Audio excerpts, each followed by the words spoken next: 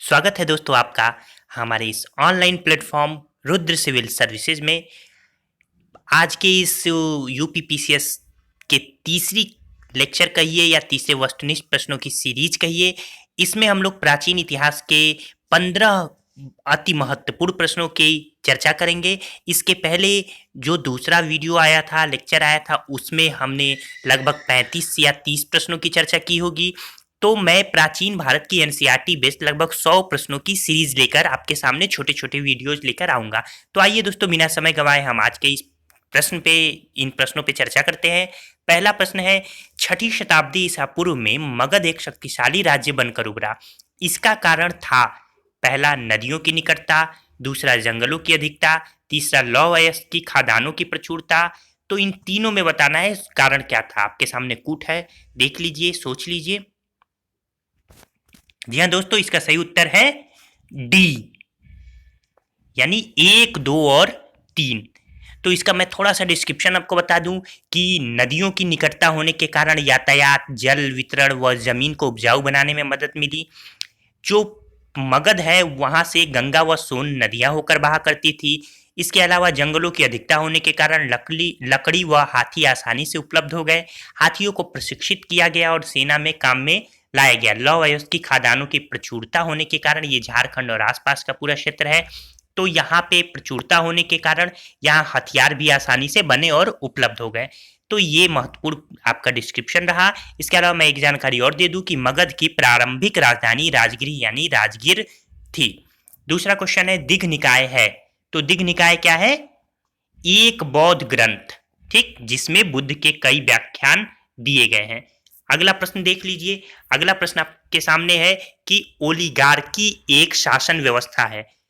पहला है जहां सत्ता महिलाओं के एक समूह के हाथ में होती है, दूसरा जहां सत्ता पुरुषों के एक समूह के हाथ में होती है, तीसरा जहां सत्ता पर एक व्यक्ति विशेष रूप से तानाशाह की भूमिका में होता है, और चौथा एक गणतांत्रिक व्यवस्था।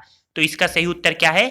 इसका सही उत्तर है बी, यानी जहां सत्ता पुरुषों के एक समूह के हाथ में होती है। तो इसके लिए अधिक जानकारी के लिए आप 12वीं की एनसीईआरटी की कुछ विशेष जो पहला पार्ट है उसका पेज नंबर 30 प्रीफर कर सकते हैं।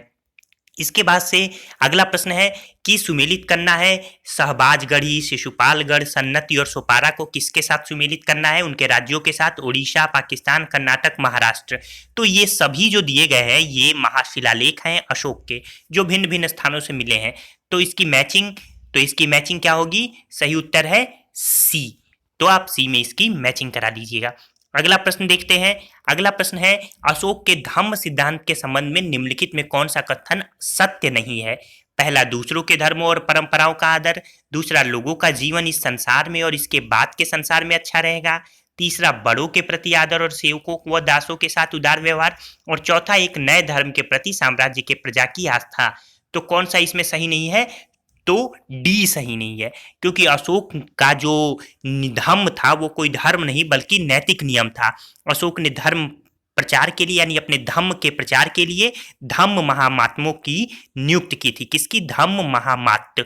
तो धम्म महामात्य नामक अधिकारी की नियुक्ति की थी। अशोक ने अपने अभिलेखों के माध्यम से धम्म का प्रचार भी किया है। अशोक वह पहला सम्राट था जिसने अपने अधिकारियों और प्रजा के लिए संदेश प्राकृतिक पत्थरों और पॉलिश किए हुए स्तंभों पर लिखवाए थे। अगला प्रश्न है, अधोलिखित में से किस वंश के अधिकांश शासकों ने अपने नाम के आगे देवपुत्र की उपाधि लगाई? तो इसका सही उत्तर क्या है? कुषाण वंश।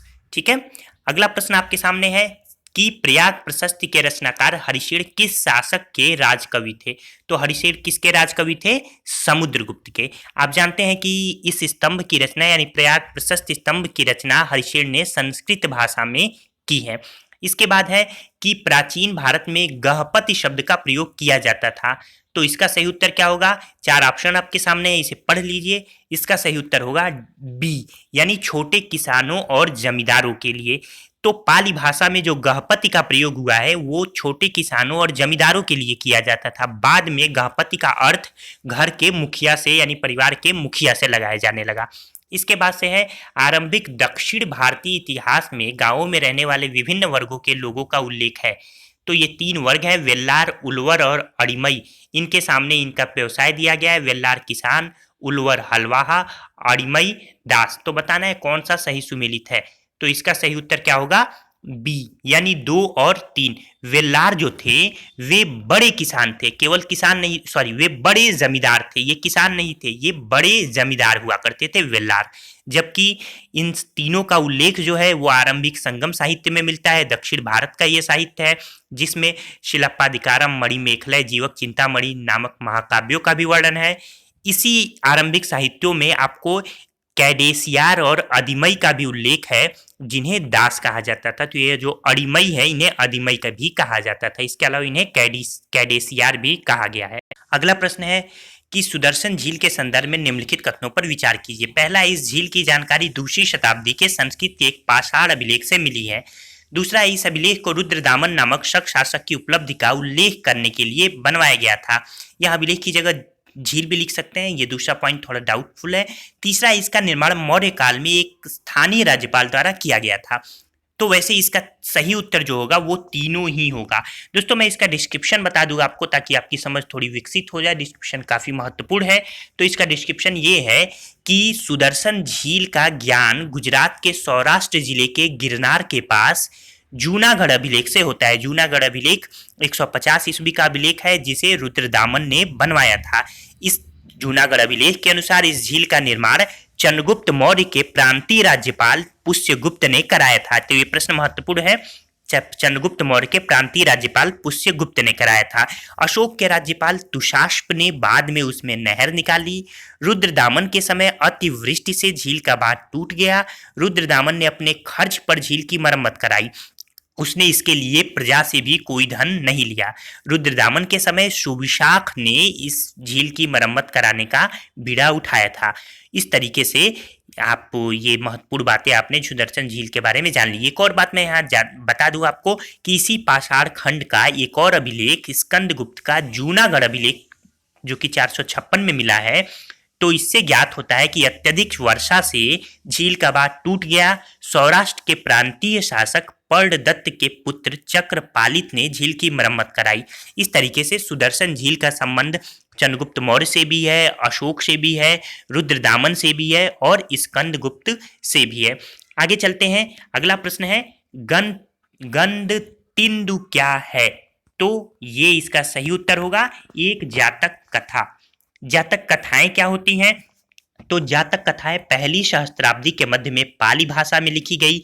ये बौद्ध ग्रंथ सुत्त पिटक के अंतर्गत खुद्दक निकाय का 10वां भाग है। इन कथाओं में महात्मा बुद्ध के पूर्व जन्मों की कहानी है। यह विश्व की प्राचीनतम लिखित कहानियां हैं। ठीक है। और इस गंधतिंदु में क्या वर्णित है? तो इससे यह ज्ञात होता है, ये जो जातक कथा है, कि राजा और प्रजा, विशेषकर ग्रामीण प्रजा के बीच संबंध तनावपूर्ण रहते थे क्योंकि शासक केवल राजकोष को भरने पर ध्यान देते थे। अगला प्रश्न है मनुस्मृति आरंभिक भारत का सबसे प्रसिद्ध विधि ग्रंथ है। इसका रचना समय क्या है?